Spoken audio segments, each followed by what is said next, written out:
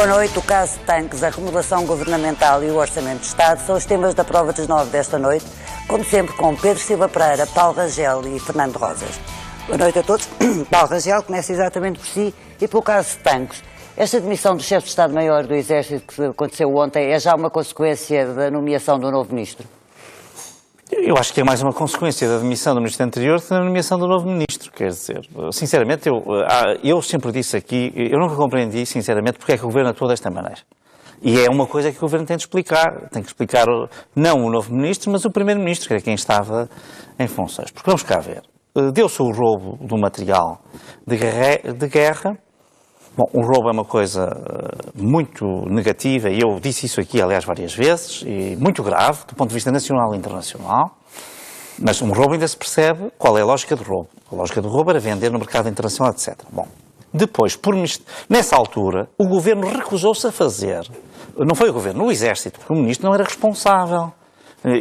Numa questão de segurança, o Exército tem autonomia total para fazer isto. E o chefe de Estado-Maior do Exército, este que agora se demitiu, recusou-se terminantemente a fazer uma auditoria como devia ser, a abrir um inquérito disciplinar, fez aquilo que ele chamou de exonerações temporárias, que é uma coisa que nem sequer existe, mas enfim, pronto, não interessa, tudo feito às 3 pancadas só para inglês ver, nunca quis assumir nenhuma responsabilidade. Bom, pronto. Quando isto começa a ser evidente, o ministro que devia era demitir o chefe de Estado-Maior do Exército, era pedir a exoneração dele ao Presidente da República e já está. Pronto. Entretanto aparece, não, mas é que o Ministro não tinha responsabilidade. A responsabilidade comunica-se ao Ministro por causa da sua inércia. Porque o grande problema é que quando aparecem as armas, isto é que é estranho, que roubem armas é muito grave, mas é compreensível. Que elas apareçam do nada não é compreensível. E por isso é que a narrativa de que ninguém sabia de nada também não tem sentido absolutamente nenhum. Porque é evidente que se aparecem armas, as pessoas que estão altamente preocupadas, as chefias militares, o ministro, enfim, e até talvez outros dignitários, vão querer saber o que é que se passou. Vão perguntar, não tem dúvidas sobre isso. É um caso de encobrimento de... Certo, mas estou a dizer, quando isto surge, tem que haver uma explicação para isto. E tem que haver um inquérito para isto. E não é um inquérito criminal. Uma coisa é o caso de polícia. Isto não é como fez António Costa, que é a maior vergonha dizer que isto é um caso de polícia. Isto não é um caso Também de polícia. é. Ouça lá, não é. Há um caso, pode haver uma investigação criminal paralela, mas se tiver um problema em que há uma falha de segurança e em que há depois um mistério destes, numa Câmara Municipal, ou num Instituto Público, ou num Ministério, existe uma auditoria interna, existem sanções administrativas, e no Corpo Militar ainda mais. Portanto, nunca se fez nada. E por isso é que isto contaminou o Ministro. Foi porque ele no fundo, parecia estar refém do chefe do Estado-Maior do Exército. Aliás, toda a gente parecia estar refém, porque ninguém era capaz de fazer nada. Ninguém explicava nada. Portanto, isto aqui é uma coisa estranhíssima. E, portanto, o que eu quero dizer com isto é, a primeira pessoa que devia ter caído era o chefe de Estado-Maior do Exército. Se ele tivesse caído, talvez o Ministro nunca tivesse caído. E por isso é que eu disse que aqui muitas vezes chamei a atenção para isso, e na imprensa escrita, e em vários lugares. E isto não era nenhum ataque ao Ministro nem ao Governo. Pelo contrário, era dar-lhes qual era a chave de solução para resolverem este problema. Que era justamente apontar as responsabilidades para quem tinha que as explicar. Agora, se não o fizeram, é porque então estavam a cobrir de alguma maneira também essa pessoa. E, portanto, nestas circunstâncias, que o chefe do Estado-Maior do Exército não se tivesse ainda demitido era estranhíssimo. Que ele agora se tenha demitido é excelente. Mas continuamos à espera de explicações. E há uma coisa que ainda eu não vi ninguém dizer e que eu gostava que fosse esclarecida. Até admito que seja assim. Mas o chefe do Estado-Maior do Exército apresentou o pedido de exoneração ao Presidente da República. Mas quem tem que o exonerar, pedir a exoneração, quem tem de pedir a exoneração é o Governo.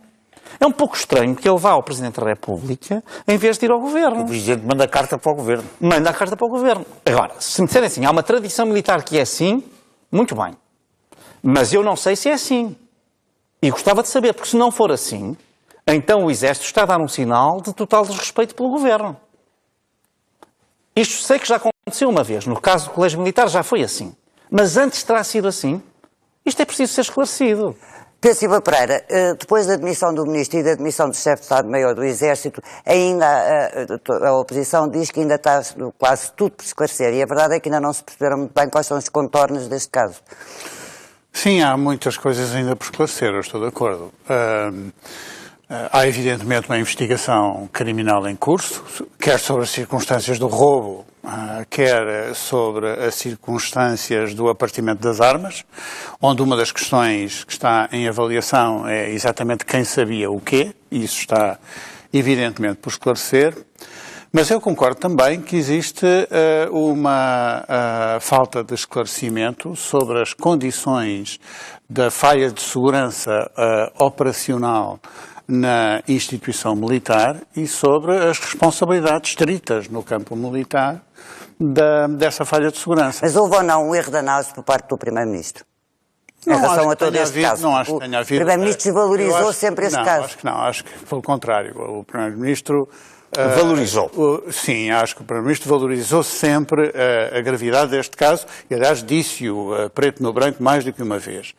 Agora, respeitou também, por um lado, aquilo que é a autonomia da instituição militar e deixou sempre bem claro que, evidentemente, uma falha de segurança numa instalação militar é uma questão operacional da jurisdição estrita do Exército e, em segundo lugar, respeitou também a autonomia das autoridades de investigação que estão, do ponto de vista criminal, a apurar os factos para, com base no apuramento dos factos, depois extraírem conclusões. Mas o Ministro não aguentou. Não sido nenhuma desvalorização. E ele, além disso... ele disse que era um simples caso de polícia. Além disso, esta operação... 11 de agosto. A operação desta remodelação, em que uma das apostas políticas mais fortes desta remodelação é exatamente a substituição do Ministro da Defesa por uma figura muito prestigiada, João Gomes Cravinho, que é um embaixador da União Europeia de créditos firmados, com muita experiência política e governativa, significa que o Primeiro-Ministro reconhece bem a gravidade do problema e a necessidade de lhe dar uma resposta. Mas o Ministro não devia ter saído, o Ministro Azeredo Lopes não devia ter saído há mais tempo. Eu acho que a responsabilidade daquilo que aconteceu em Tancos é eminentemente uma responsabilidade da instituição militar. Mas há a questão do encobrimento, atenção. Bom, sobre isso não sabemos. Pois, não sabemos. É que o Ministro, ou o antigo Ministro da Defesa, desmente qualquer encobrimento. E há uma investigação em curso que apurará o que tiver que apurar. Agora, o Ministro da Defesa tem as responsabilidades que tem no plano político e as Forças Armadas, o Exército, não é a mesma coisa que qualquer Direção-Geral. E, portanto, existe uma autonomia do Exército, muito mais em questões desta natureza, estritamente de segurança, estritamente operacionais, e evidentemente que o Exército é que tem que explicar porque é que essa falha de segurança aconteceu, quem é que é responsável e depois as medidas de correção da situação. Mas se não faz, o Ministério tem de atuar. Nessa parte das medidas de correção de situação, que aliás foi a preocupação número 1 do Ministro da Defesa Nacional, porque isso era aquilo que lhe competia, garantir que o Exército tomava as medidas para corrigir a situação e essas medidas foram tomadas. Fernando Rosas, o chefe de Estado-Maior do Exército já devia ter saído há mais tempo? Eu acho que provavelmente sim. Eu acho que no que toca ao Ministro, a saída dele torna-se irreversível a partir do momento em que o seu chefe de gabinete declara publicamente que recebeu documentos onde a Polícia Judiciária Militar, os responsáveis da Polícia Judiciária Militar, alegadamente assumem o crime de encobrimento do roubo das armas. Se o chefe de gabinete recebeu este documento, das duas uma, ou o entregou ao Ministro e o Ministro é passível de incorrer no crime de encobrimento, ou não o entregou ao Ministro e o Ministro é passível de incorrer numa gritante falta de autoridade sobre aquilo que é o seu próprio gabinete. E, portanto, eu acho que a partir desse momento o Ministro não tinha solução. A partir do momento em que o chefe de gabinete assume que recebeu um documento altamente comprometedor, em qualquer situação o Ministro da Defesa está muito vulnerável, a menos que dissesse que, sim senhor, recebi o documento, li-o, e o documento não tem nada a ver com o encobrimento. Mas não foi isso que se passou. Vamos ver o que é que se passou, mas o Ministro ficou, a meu ver, mortalmente, digamos assim, em termos políticos, vulnerabilizado.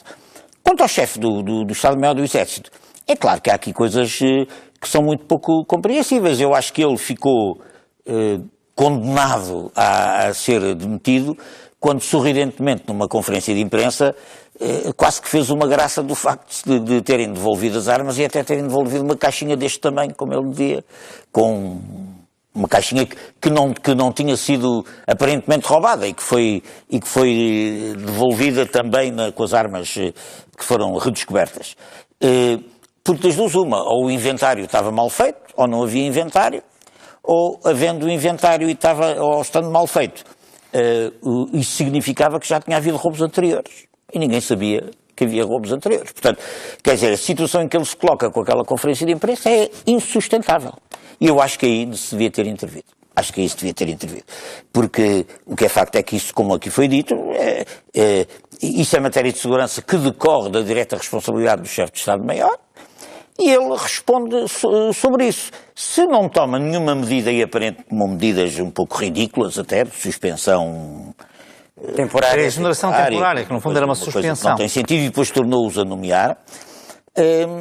E depois também esta posição que ele toma de que os últimos dias não tenho nada a ver com isto, não tenho nada a ver com isto, não tenho nada a ver com isto, quando tem, não pode deixar de ter, tem do ponto de vista da segurança das instalações, tem do ponto de vista da maneira como não explicou que entre as coisas devolvidas há coisas que nem sequer estão no rol, nem sequer se sabe que existiam, ou se sabe, ou quer que seja, não está esclarecido.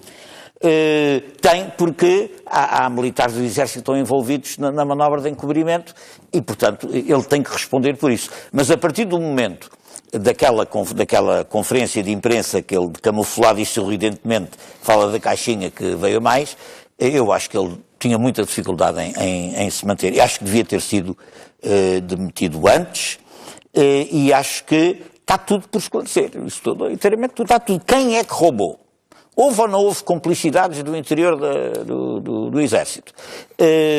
Como é que não é só um cavalheiro com que eles trataram que vai roubar aquelas toneladas de armas? Há uma organização criminosa à volta daquilo, que foi encoberta por as razões alegadamente encoberta por esta coisa.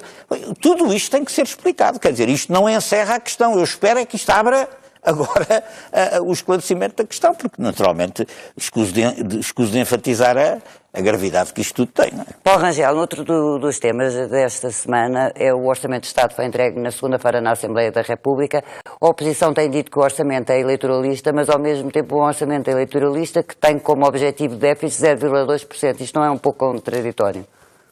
Não, quer dizer, não é contraditório. Depende de quais são os objetivos que se pretende ter. Mas repare, eu quanto ao orçamento, aquilo que eu diria é o seguinte.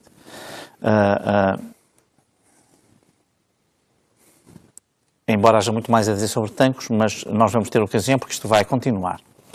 Portanto, não é a remodelação, nem estas demissões que resolvem o problema, nem afastam a responsabilidade. Mas indo então ao orçamento.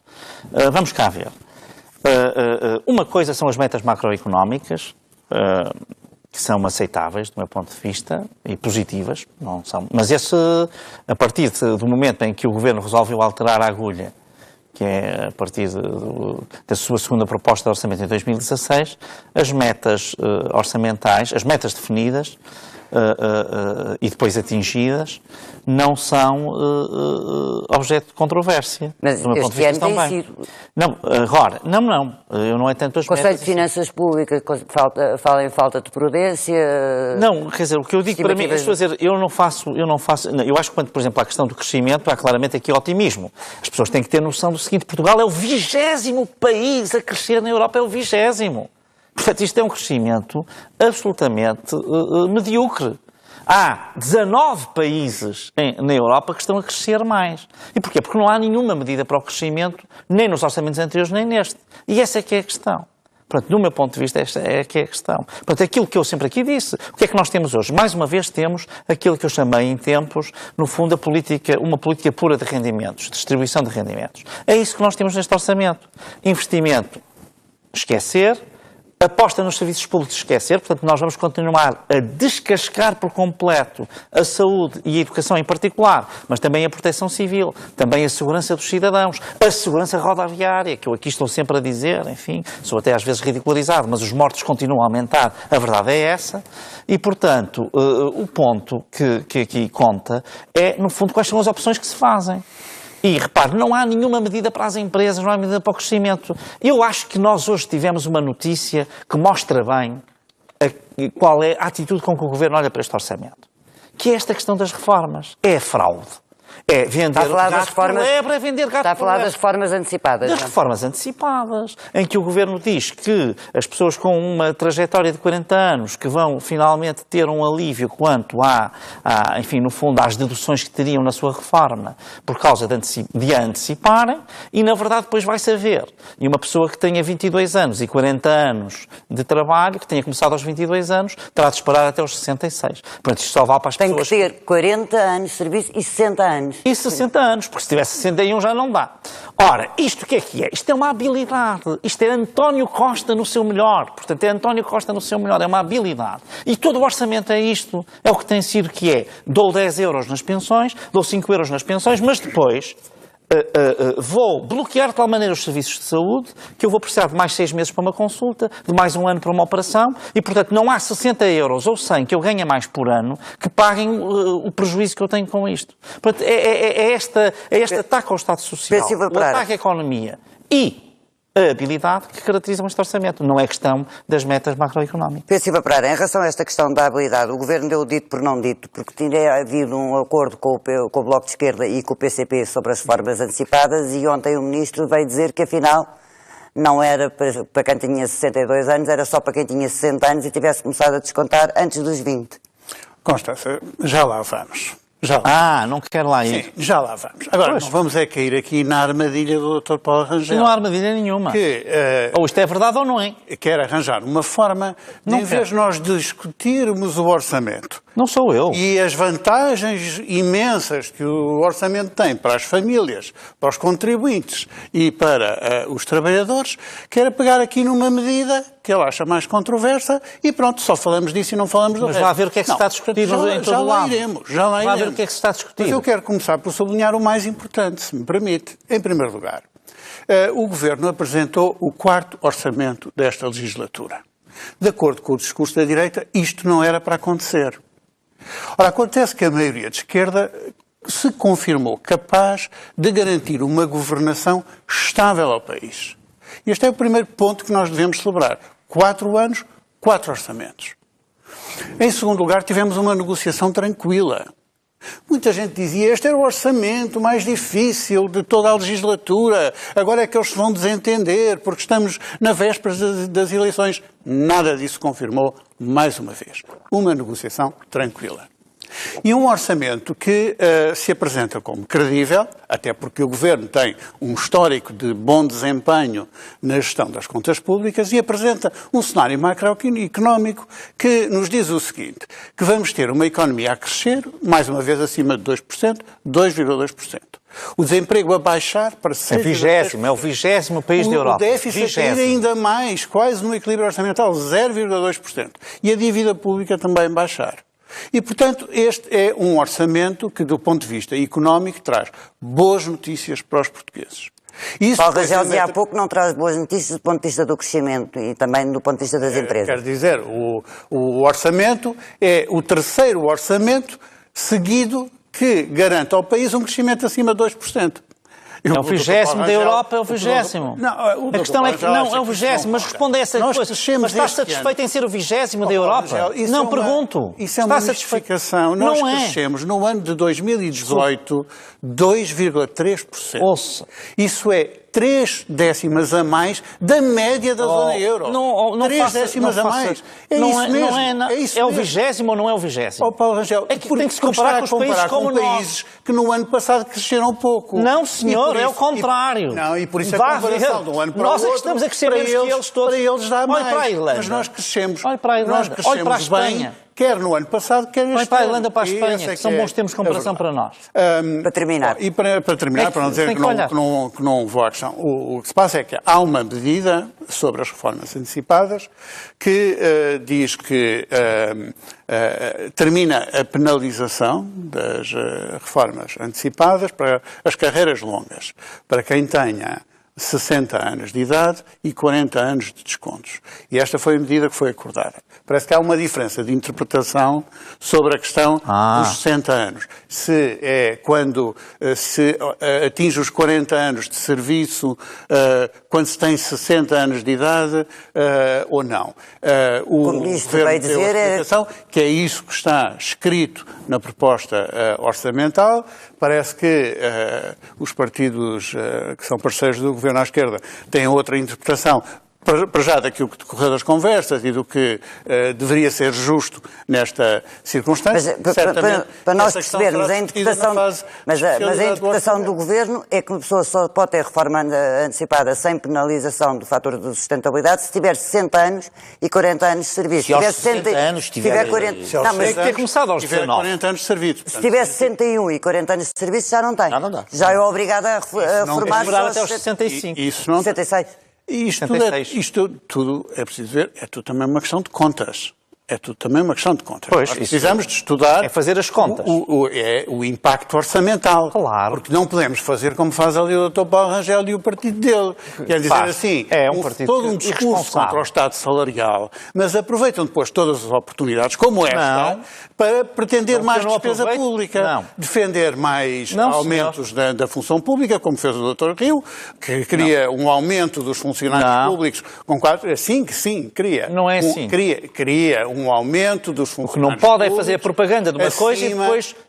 não, ele nós sabemos que era muito injusto. Olha, é o que eu chamo o complexo Infarmed. É o complexo Infarmed, que é diz uma coisa e depois faz outra. Este tema é a mesma coisa. Fernando Rosas, em relação a este tema, ou não sei se quer começar por falar do orçamento em geral, mas também está aqui em cima da mesa este tema das orçamento formas. em geral, este é um pormenor, mas vou falar disso também. Não é um pormenor, é um por maior. Porque é altamente simbólico tudo que lá está. Não acho que seja tão pouco importante assim. Está a ver? É uma coisa que se deve já estamos mais analisar, porque já é a segunda vez que isto acontece. Pois é. Mas o que eu gostava de dizer é que a direita tem, quanto a este argumento, uma ideia que o Rangel exprime com o conceito de que é uma pura política de rendimentos, que o dirigente o Dr. Rui Rio, dirigente do PSD, fala de um bodo aos pobres. Ora, não há orçamentos de pura política de rendimentos. Os rendimentos têm efeito. E os rendimentos têm efeito na melhoria dos rendimentos, naturalmente, no aumento da procura e no efeito dinamizador da economia que o aumento da procura tem. Ou seja, isso permite que haja mais gente com emprego, mais gente que recebe ordenado, mais gente que paga impostos e, portanto, permite aumentar a receita fiscal do Estado e as receitas da Segurança Social, de maneira ao Estado poder fazer melhor em termos de investimento público e em termos de segurança social. Bom, e portanto, isto não há orçamento de puro rendimento. É um orçamento que repõe a brutal agressão aos rendimentos e à vida das pessoas que o governo da direita fez durante os 4 anos de desgraça nacional em que ele governou. E nesse sentido, repare, há um aumento do salário mínimo para 600 euros, há o aumento da função pública, que há o compromisso de que seja assim, ainda não se sabe bem qual é que vai ser, mas acima da inflação, há o aumento extraordinário das pensões, há a redução da fatura de eletricidade, há o descongelamento das carreiras da administração pública, há o acabar com a penalização, mas isso já lá vamos ver das carreiras longas de antecipação da reforma, há o aumento do abono de família, há a redução do valor máximo das propinas, há a redução nos espaços de transportes públicos, há os manuais escolares gratuitos até ao 12º ano, está uma medida injusta, há o colocar no mercado de arrendamento as casas devolutas, ou seja, há um conjunto de medidas de enorme significado económico e social. Eu acho mesmo extraordinário que, quer dizer, só uma corrente política que destruiu o rendimento das pessoas de uma forma implacável é que pode achar que repor modestamente, porque a nossa crítica ao orçamento é que isto até devia ter ido mais longe do que foi. E, portanto, o outro argumento que também, já agora isto é um brutal aumento dos impostos. E eu acho que esse argumento só tem duas explicações. Ou a má-fé, ou a ignorância. Como eu não passo o estatuto de ignorância aos políticos que expressam esse ponto de vista, porque não o são, há aqui algum cinismo, porque repare, a receita fiscal de facto aumenta, mas aumenta porquê? Porque há mais emprego. Porque há mais gente empregada, porque há mais gente a pagar impostos, não é porque há só- mais gente... não, e, portanto, aumenta a arrecadação. Não podia haver uma diminuição do IRS, por Mas exemplo. o IRS, que se paga desde o início da legislatura, as pessoas pagam menos de 2 mil milhões de euros de IRS. Portanto, quer dizer, é preciso atender aos dados, porque mandar cá para fora aumentar não há aumento, quer dizer, há aumento dos impostos indiretos, talvez superior ao que devia ser, mas é que esses são muito mais injustos socialmente. Não, o IRS, que é o Imposto de Rendimento Fundamental, o imposto de rendimento aumentou o volume, porque aumenta o emprego, mas o que quer dizer, há mais gente a pagar impostos, mas o que cada um paga é menor do que pagava anteriormente. Finalmente, para não se dizer, depois também se diz que o orçamento não é amigo dos patrões, já lá iremos. Mas isso pode ser outra discussão que vale a pena fazer. Das empresas, não é dos patrões. Bom, os patrões são os donos das empresas. Não, é que os trabalhadores também são beneficiados pelas empresas estarem bem. Não sei se têm essa noção. Se elas forem à falência, não há emprego. O que ficou assente na interpretação dos partidos à esquerda do Partido Socialista, com o Ministro do Trabalho, foi que as carreiras contributivas longas e a antecipação das reformas destas carreiras era penalizada por 2 fatores. Uma percentagem que se corta por cada ano de antecipação, e essa fica, mas a do fator de sustentabilidade desaparecia. Sendo que uma pessoa com 40 anos de desconto, juntando a essa característica o facto de ter 60 anos, a partir daí tinha o benefício da isenção 60, 61, 62. O que é que o Ministro surpreendentemente veio esclarecer? É que... Não é surpreendente. O que é preciso é que a pessoa, ao fazer 60 anos, já tenha 40 anos de carreira contributiva.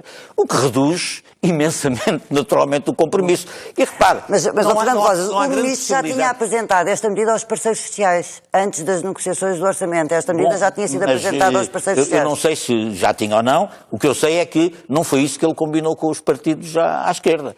Tanto que, sem nenhuma combinação, tanto o Bloco de Esquerda como o PCP vêm estranhar essa medida. Mais do que isso, se calhar perceberam mal. O chefe parlamentar... Mas espera, 60 anos, o líder parlamentar do Partido Socialista, ele próprio veio fazer uma declaração a dizer que, na realidade, não se podia adotar uma medida que viesse prejudicar pessoas que já tivessem até adquirido, já viesse beneficiar de situações que já estavam adquiridas. E que, portanto, o próprio Partido Socialista estaria disponível para... Mas depois o Primeiro-Ministro reiterou a opinião do Primeiro-Ministro estava lá longe, estava e vamos ver. Agora, há uma discussão na especialidade e vamos conversar com o Luís, vamos ver sobre isso. Agora a habilidade está lá. A questão fundamental é que isto é um orçamento que não avança tanto como eu acho que se podia avançar. Que crítica é que eu faço ao orçamento? A crítica que eu faço ao orçamento é que ele está excessivamente ligado à lógica do déficit de Bruxelas. Acho que o déficit que se propõe é um déficit de menos 0,2. Nós temos uma margem até 3%, mesmo cumprindo as diretivas... Não é cumprindo. Não é cumprindo por causa do déficit estrutural. Sim, mas exatamente, era o que eu queria dizer. Mas o déficit estrutural, que é uma fraude... Temos que terminar. É uma fraude económica instrumentalizada para vergar estes países que têm dificuldades. Para terminar, acho que devíamos tomar uma posição diferente relativamente a isto para podermos ter outra margem. Um país periférico tem que ter outra margem de manobra para poder crescer. Não é? Paulo Rangel, foi aqui muito crítico do orçamento. Eu pergunto, por exemplo, em relação a alguma das medidas, é contra, por exemplo, o aumento dos funcionários públicos? Considera essa medida eleitoralista?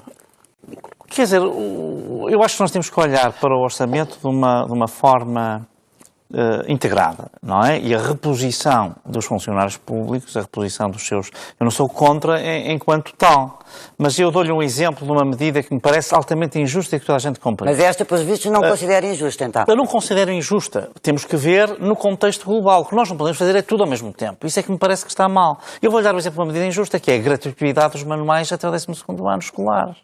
Porque uma coisa são as famílias que têm necessidade, outra são aquelas que não têm. Sim, mas essa diferença faz-se no pagamento dos impostos. Ou seja, não se faz só. Não se faz só. Não se faz só. Os impostos Nós são sabemos que não se faz só. Quem tem mais não rendimento paga mais, quem tem menos paga menos. Percebe? No fundo, há aqui uma lógica de grande injustiça social que é passar a atacar, passar a fazer o esforço fiscal, que é maior agora do que era antes. Passar a fazê-lo pelos impostos indiretos, que são cegos quanto à questão social. E é estranhíssimo que de partidos que dizem que têm uma preocupação social. Desculpe, e portanto, isso. E depois, ter este tipo de medidas que são iguais para toda a gente, em que há pessoas que manifestamente podem pagar os seus manuais e há outras que não podem. Você acha que as taxas moderadoras dos hospitais deviam ser umas para os ricos e outras para os pobres? Uma taxa moderadora é diferente. Eu vou-te explicar. A justiça social faz-se no imposto. Não, desculpe, a taxa moderadora... Então também não concorda com as propinas? Deixe-me só... Também não concordo com a diminuição das propinas. Mas no caso da taxa moderadora, no caso das taxas moderadoras é diferente. Porque a taxa moderadora, como o nome próprio não me indica, é moderadora. Ela não tem um fator de remuneração nem de pagamento. É apenas para limitar a procura. E, portanto, ela está feita por um mínimo que, supostamente, até as pessoas com menor capacidade terão. Mas, como sabe, também há isenções de taxas moderadoras. Portanto, também há.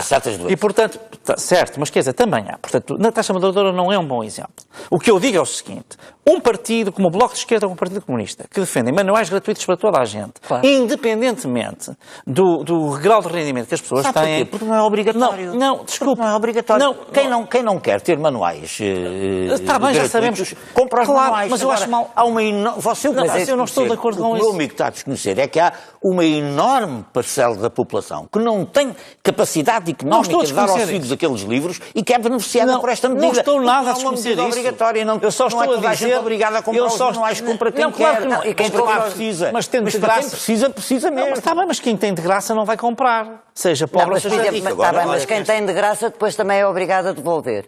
Pronto, e muito bem. É obrigado a devolver. Mas parece uma coisa muito positiva. Aliás, se não isso. devolver, Ouça, mas tem que pagar. Mas eu acho isso uma coisa positiva. Quem tem de graça ter de devolver. Só acho é que nós não devíamos estar a pagar. Esta medida mostra que há aqui que este orçamento nem sequer aponta para uma justiça social.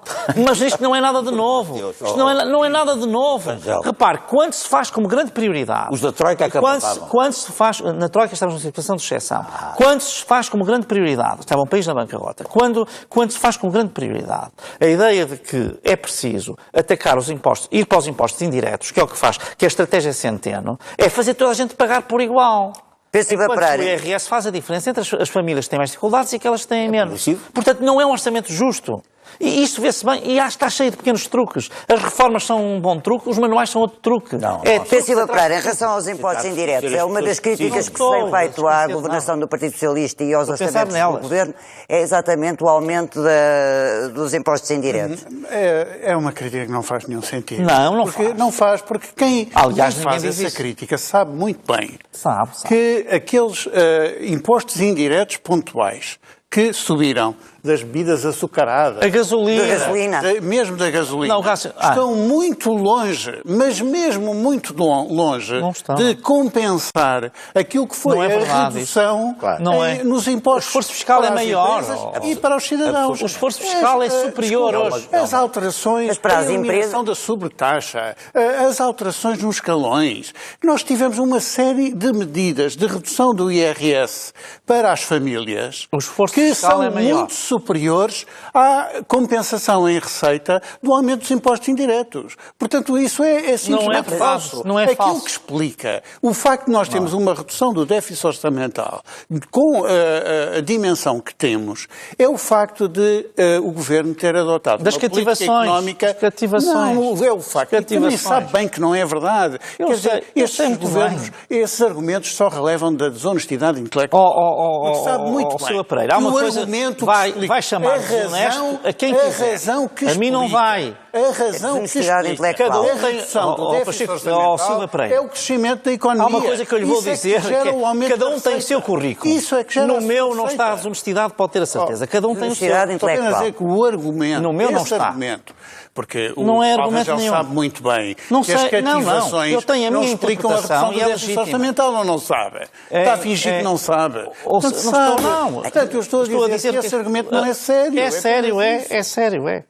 Fernando Rosas, seriedade um dos argumentos consigo. usados aqui pelo Paulo Rangel, é um argumento que tem sido usado também por várias pessoas, é que este orçamento não é amigo das empresas.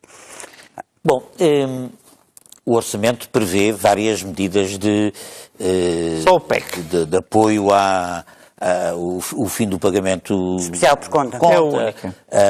medidas de facilitação do reinvestimento dos lucros com proveito para as empresas. Há várias medidas desse género. Mas sobre este argumento, eu queria falar de uma coisa que pouca gente fala. Quer dizer, os empresários portugueses têm um ponto de partida na vida económica que é um ponto de partida de imensa desigualdade com os trabalhadores por conta de outrem.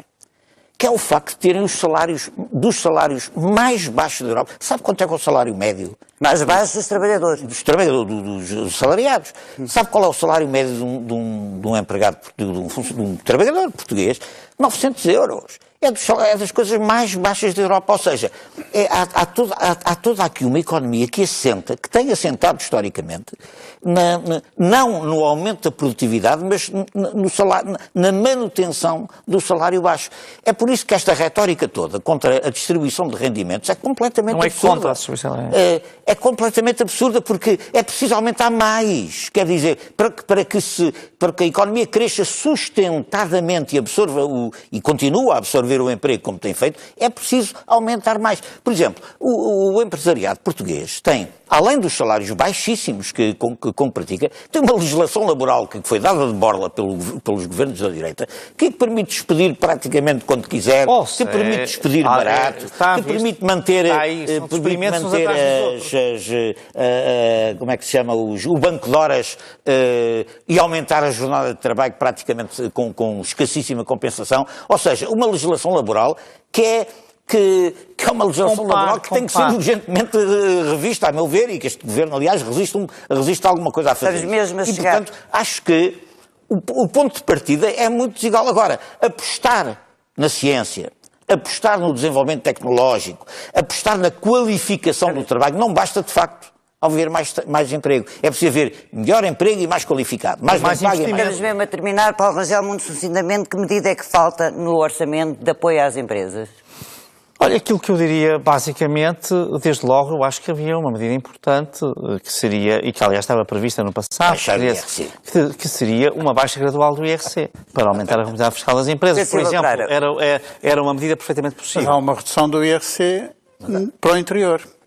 Está bem, mas não é essa que me estou a referir. Estou-me a referir a um acordo que o PS... Além da eliminação do pagamento... Mas chegou a haver em tempos um acordo entre o partido... fiscais, não são medidas fiscais amigas das empresas.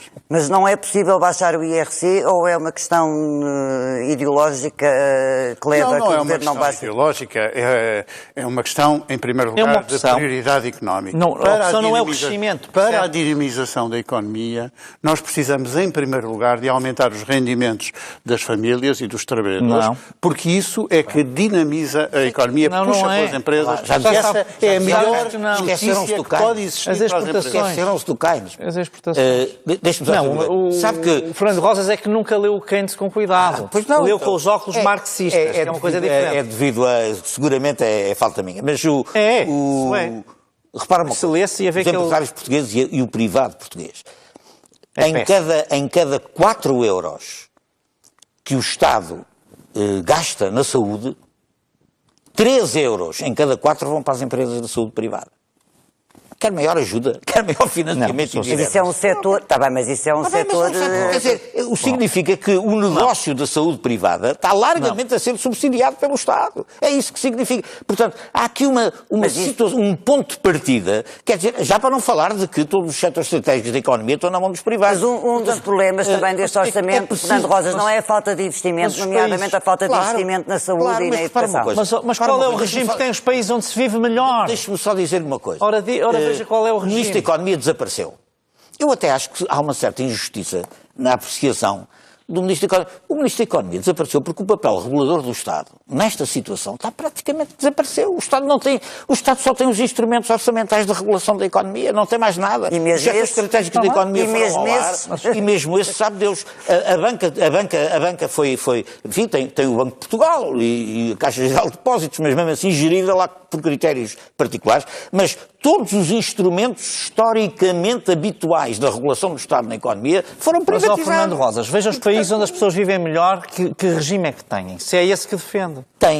Bom, isso... Tem que olhar para eles. Sabe que o nível de vida dos países europeus... Não é Venezuela, nem é Cuba, nem é Coreia do Norte. Pois eu sei que aí o Estado tem um grande papel. E, portanto, eu defendo a Coreia do Norte e defendo... Não sei, não estou a dizer, só estou a dizer... Essa conversa conversa até é pouco prestigiante para si voltar com ela. A conversa já sabe não é isso, que eu não estou a dizer que são disso, Estados não vale a pena. Agora, o que eu digo é que a prosperidade dos países variou ao longo da história. E há países que se deram muito bem em conjunturas de regulação económica e há países que se deram muito mal com a ausência do papel regulador e distribuidor do Estado.